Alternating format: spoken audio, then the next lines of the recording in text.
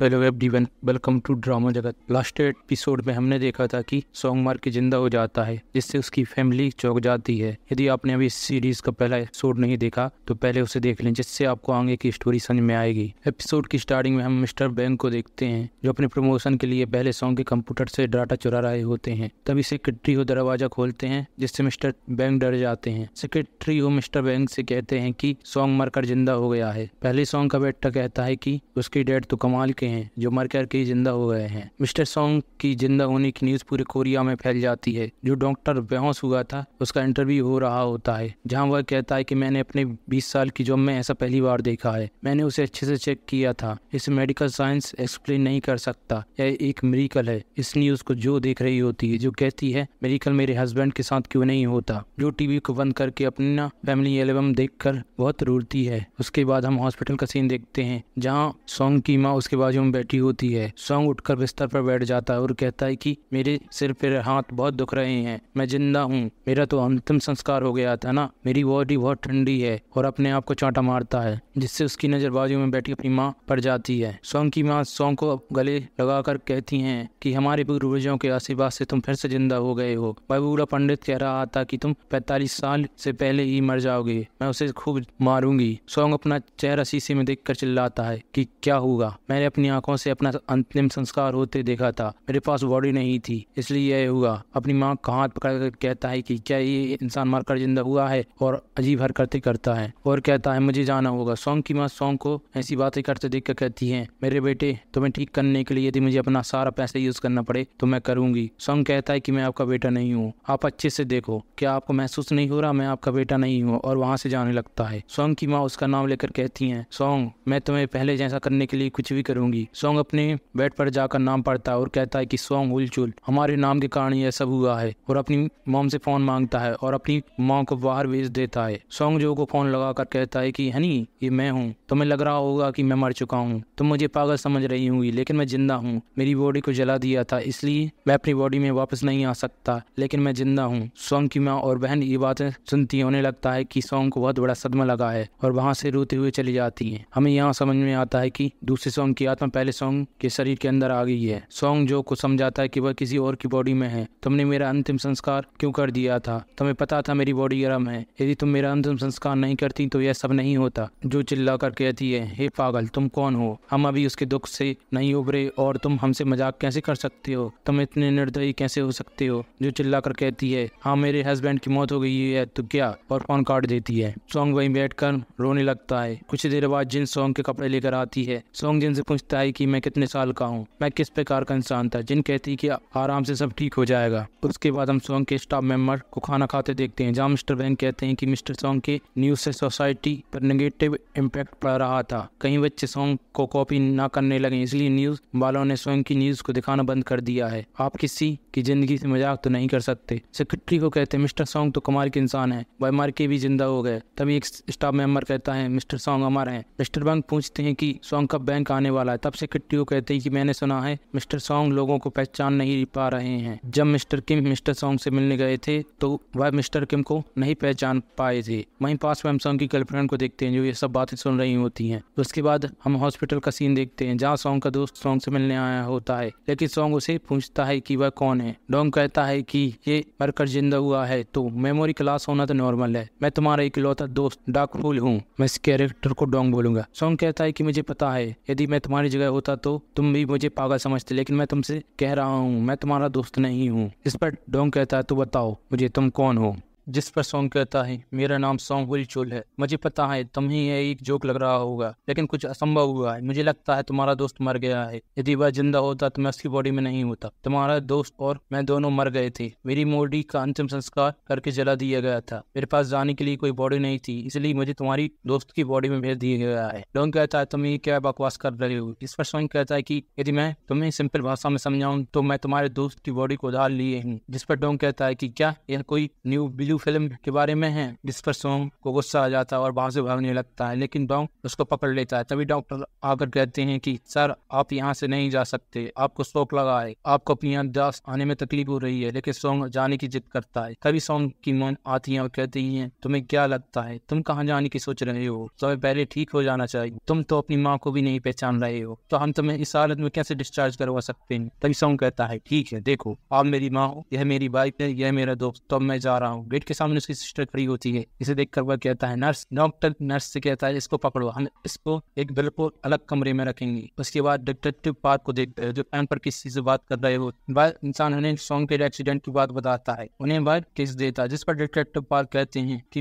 मेरा traffic police में आज पहला दिन है, तो आज का केस क्या तुम नहीं ले सकते। मैं 13 साल से क्राइम यूनिट पे काम कर रहा था, मैं ट्रैफिक पुलिस में एक ब्रेक लेने के लिए आया। उसके बाद हम डिटेक्टिव पार्क को दूसरे सॉन्ग की कार के पास देखते हैं, जहाँ वर्कर बताता है कि किसी ने जानबूझकर इस गाड़ी का ब्रेक फेल किया है। डिटेक्टिव पार्क कहता है हमें इसे एक सिंपल एक्सीडेंट की तरह रिपोर्ट कर देना चाहिए, हम इसे ड्राइवर की गलती बता देंगे और केस बंद कर देंगे, यह कोई मर्डर केस तो है नहीं। वर्कर कहता है कि यह एक मर्डर केस है, उस ड्राइवर की मौत हो गई है, जिसे सुनकर डिटेक्टिव पार्क बहुत शौक होती है। उसके बाद हम सॉन्ग को देखते हैं, जिससे पहले सॉन्ग की बॉडी में होने के कारण बहुत अजीब लग रहा होता है और अपने आप को आईने में भी नहीं देख पाता और दीवार से टिक कर रोने लगता है और सोचता है कि मेरे साथ यह सब क्यों हो रहा है। तभी वहां जिन आती है और कहती है तुम्हारा मोबाइल एक्सीडेंट के दौरान डैमेज हो गया था, कह रहा तुम्हारा मोबाइल स्पीड डायल में पहला नंबर मॉम का है और दूसरा मेरा, मैंने अपने बच्चों का नंबर भी सेव कर दिया है। सॉन्ग जिन से कहता है मैम मैं यहाँ से डिस्चार्ज होना चाहता हूँ, जिस पर जिन कहती है कि तुम यहाँ से तब तक डिस्चार्ज नहीं हो सकते जब तक तुम पूरी तरह से रिकवर नहीं हो जाते, तुम यहाँ से कैसे जा सकते हो जब तुम मुझे बिल्कुल एक स्ट्रेंजर की तरह ट्रीट कर रहे हो। इस पर सॉन्ग कहता है कि यह ऐसी चीज नहीं है जिसे डॉक्टर ठीक कर सके, इसे ठीक करने के लिए मुझे यहाँ से जाना होगा, देखो मुझे मैं बिल्कुल ठीक हूँ, और उसे करतब करके दिखाता है और कहता है मैं बिल्कुल ठीक हूँ, क्या मैं यहाँ से जा सकता हूँ, प्लीज मुझे यहाँ से जाने दो। जिस सॉन्ग को देखती रहती है। उसके बाद हम सुबह सुबह पहले सॉन्ग के अर्थ की सीन को देखते हैं, जहाँ जो सॉन्ग के फादर को आवाज देती है कि खाना तैयार है, लेकिन वह उसका जवाब नहीं देती, तो जिन उनके कमरे में जाकर देखती है जहाँ वह नहीं होते और उनके बिस्तर भी अच्छे से जमे होते हैं। वहीं हम सॉन्ग के फादर को देखते हैं जो एक चौराहे पर अकेले बैठे होते हैं। उसके बाद हम हॉस्पिटल का सीन देखते हैं जहाँ सॉन्ग बहुत बेचैन हो रहा होता है। तभी सॉन्ग का दोस्त डोंग आता है और कहता है मेरे दोस्त तुम्हारी जिंदगी बहुत कठिन है, तुम बहुत बीमार हो। सॉन्ग कहता है मिस्टर डोंग क्या तुम मेरी मदद कर सकते हो, प्लीज मेरी इस बार मदद कर दो। डोंग बाहर आकर जो बंदा सॉन्ग के कमरे की देखरेख कर रहा होता है उसे अपनी बातों में फंसा लेता है और सॉन्ग को इशारा करता है कि यहाँ से निकल जाओ, लेकिन वह लोग सॉन्ग को देख लेते हैं और उसके पीछे पड़ जाते हैं। डोंग सॉन्ग को अपने साथ लेकर वहां से भागता है और वहीं एक जगह जाकर गेट बंद कर लेते हैं और दोनों एक साथ गिनती करते हैं कि यहाँ से नीचे जाना है, लेकिन सॉन्ग ऊपर चला जाता है और डोंग नीचे चला जाता है। सॉन्ग ऊपर छत की तरफ चला जाता है जहाँ वह झाड़ू की मदद से वहाँ के गेट को बंद कर देता है। वह आदमी सॉन्ग को आवाज लगाता है कि गेट खोलो, लेकिन सॉन्ग वहां से भागता रहता है, उसकी बातें नहीं सुनता। वह ऊपर के सभी गेट को चेक करता है लेकिन कोई भी गेट खुला नहीं होता, जिसके कारण वह बाजू में रखी फायर फाइटर वाली सटक को बांधकर वहां से नीचे फेंक देता है। तभी वह आदमी जो सॉन्ग के कमरे में नजर रखा था गेट को खोल लेता है और सॉन्ग से कहता है कि यह डेंजरस है मत करो, लेकिन सॉन्ग ऊपर चढ़ जाता है और उससे कहता है कि तुम वहीं रुको, मेरे पास मत आना, और वह नीचे उतरने लगता है। नीचे सॉन्ग की बहन और माँ होती हैं जो कहती हैं बेटा गिरना नहीं। वहाँ पर बहुत से लोग इकट्ठा हो जाते हैं। सॉन्ग ऊपर से नीचे गिर जाता है, जिसे देखकर सॉन्ग की माँ बेहोश हो जाती है। सॉन्ग को गिरने से बचा लिया गया होता है। सॉन्ग पुलिस वालों से बचकर डोंग की मदद से वहां से भाग जाता है। सॉन्ग डोंग को बियो चोंग ले जाने को कहता है जहाँ दूसरे सॉन्ग का घर होता है। डोंग कहता है लेकिन तुम्हें तो घर जाना था ना, जहाँ सॉन्ग कहता है कि हाँ मेरा वहाँ घर है। डोंग कहता है लेकिन तुम्हारा घर तो दोकागो में था। सॉन्ग कहता है मैं बेचोंग में रहता हूँ। डोंग कहता है सच में, और वह उसे पहले दूसरे सॉन्ग के घर ले जाता है और कहता है कि क्या तुम यहाँ रहते हो, तुम्हारे साथ दिक्कत क्या है। सॉन्ग जिनको कॉल कर रहा होता है लेकिन वह उसका फोन नहीं उठा रही होती। वह कहता है कि वह मेरा फोन नहीं उठा रही और गाड़ी से निकलकर ऊपर जाने लगता है। सॉन्ग ऊपर आकर अपने घर को देखता है। तभी जो कचरा फेंकने के लिए बाहर निकलती है। सॉन्ग जो को हनी बोलकर रोकता है और कहता है डियर यह मैं हूँ, मेरी बात तो सुनो। जो डरती हुई कहती है तुम कौन हो। सॉन्ग कहता है कि मैं जानता हूँ यह कठिन होगा, लेकिन हम पहली बार हाई स्कूल में अपनी जूनियर ईयर में गराबोंग बेकरी में ब्लाइंड डेट पर मिले थे। तुम 30 मिनट लेट हो गई थी क्योंकि तुम दूसरी बेकरी में इंतजार कर रही थी। तुमने अपनी माँ से झूठ कहा और तुम मेरे साथ भसान गई थी। जिस पर जोंग कहती है तुम कौन हो, तुम्हें यह सब कैसे पता, और हावड़ा उठाकर कहती है मैं तुम्हें मार दूंगी। सॉन्ग उसे समझाने की कोशिश करता है, जो कहती है अब मेरे पास डरने के लिए कुछ नहीं है, मैं अपने हस्बैंड के साथ जाने को तैयार हूँ। तभी जो सॉन्ग की आवाज को पहचान जाती है और कहती है तुम वही हो जिसने मुझसे कल फोन पर बात की थी, मैं अभी पुलिस को फोन कर रही हूँ। और सॉन्ग को फावड़े से मारने की कोशिश करती है। डोंग कार से बाहर निकलकर सॉन्ग को देखते हुए कहता है कि इसके साथ क्या दिक्कत है, यदि मरकर जिंदा हुआ है तो इसे अच्छे से व्यवहार करना चाहिए। जो को देखकर कहता है यह कौन है। उसके बाद हम सॉन्ग को एक जगह बैठा देखते हैं जहाँ सॉन्ग का दोस्त जेंस से फोन पर बात कर रहा होता है और कहता है कि तुम्हें चिंता करने की जरूरत नहीं है, सॉन्ग मेरे साथ है। डॉक्टर ने कहा था यदि वह अपने घर या अपनी पुरानी चीजों के आसपास रहेगा तो वह जल्दी ठीक हो जाएगा, हम घर ही आने वाले हैं। वहीं हम जिन को देखते हैं जो फोन रखने के बाद उन्होंने बाली थी लेकिन अपने आप को कंट्रोल कर लेती है। उसके बाद डोंग सॉन्ग से कहता है तुम्हारी याददाश्त कल भी आ सकती है तो चिंता मत करो। सॉन्ग कहता है यह कितना अनफेयर है, यह ठीक नहीं है जब उसने मुझे पहचानने से इनकार दिया। मेरे पास कहीं जाकर कंप्लेंट करने की भी जगह नहीं है, मैं क्या करूं, मैं पागल हो रहा हूं। डोंग कहता है क्या मतलब, उन्होंने तुम्हें पहचानने से इनकार किया, ऐसा मत कहो, तुम अभी मरकर जिंदा हुए हो। तब सॉन्ग रो रहा होता है तो डोंग सॉन्ग के आंसू पहुंचता है। सॉन्ग कहता है क्या मुझे चर्च जाना चाहिए या टेम्पल, मुझे मेरे सवालों का जवाब कहाँ मिलेगा, मैं इसे कैसे ठीक कर सकता हूँ, मेरे पास तो कोई क्लू भी नहीं है, मैं किसे कंप्लेंट करूँ। डोंग कहता है कंप्लेंट किस बारे में, क्या तुम न मरने के कारण इतने दुखी हो, और उसे कंधे पर हाथ रखकर उसे कंसोल करता है। सॉन्ग पहले सॉन्ग के घर की तरफ देखकर कहता है तो तुम चाहते हो कि मैं यहाँ पर रहूं। डोंग सॉन्ग को पकड़कर पहले सॉन्ग के घर ले जाता है। सॉन्ग वहां नहीं जाना चाहता था लेकिन डोंग उसे पकड़कर अंदर ले जाता है और कहता है यह तुम्हारा घर है, और सॉन्ग को अंदर छोड़कर वहां से चला जाता है।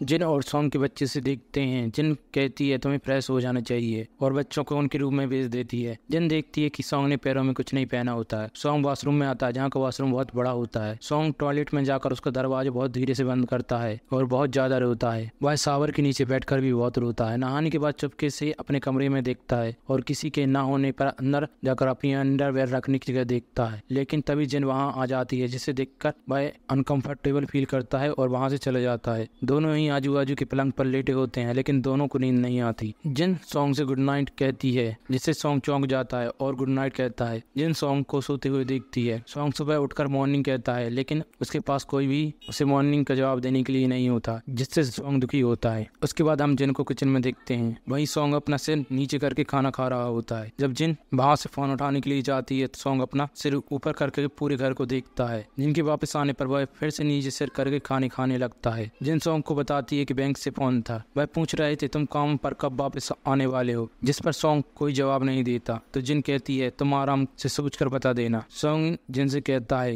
एक्सक्यूज मी मैम, मुझे आपसे कुछ कहना है। जिन कहती है ठीक है बताओ। सॉन्ग कहता है जैसा कि तुम देख सकती हो कि मैं ठीक नहीं हूँ। जिन उससे कहती है डॉक्टर ने कहा कि ये केवल टेम्परेरी है और तुम हेल्दी हो तो तुम कुछ ही समय में ठीक हो जाओगे और मैं इसमें तुम्हारी मदद भी करूंगी। सॉन्ग थैंक यू कहता है और कहता है मुझे लगता है आई फिर से शुरुआत करनी पड़ेगी। जिन कहती है तुम्हें सच में कुछ याद नहीं। सॉन्ग अपना चेहरा हाँ में लाता है। जिन कहती है तुम्हें कुछ भी याद नहीं, तुम्हें यह भी याद नहीं कि हमारे बीच में कुछ अच्छा नहीं चल रहा था। सॉन्ग कहता है कि मैं जान सकता हूँ कि हमारे बीच में कुछ भी अच्छा क्यों नहीं चल रहा था। जिन कहती है यदि मैं तुम्हें बताऊंगी तो यह वन साइड स्टोरी लगी। सॉन्ग कहता है कि इट्स ओके, यहाँ पर कुछ भी नहीं है जिसके बारे में मैं कुछ कर सकता हूँ, मैं इसे हैंडल कर लूंगा। जिन बताती है हमारी मैरिज बस एक नाम की मैरिज है, तुम्हारे पास हमेशा एक वूमेन होती है, मैं केवल एक हाउस कीपर हूँ और उन बच्चों की माँ हूँ, मैं तुम्हारे लिए एक वूमेन नहीं हूँ, तुम मेरी कभी इज्जत नहीं करते, तुम एक सेल्फ सेंटर हस्बैंड और डैड हो, तुम एक्सीडेंट के पहले ऐसे थे, तुम यहाँ से शुरुआत कर सकते हो। मैं पार्ट टाइम जॉब करती हूँ, तुम शुरुआत से इसके खिलाफ थे, मैं तुम्हें डिवोर्स देने वाली थी क्योंकि मैं अपने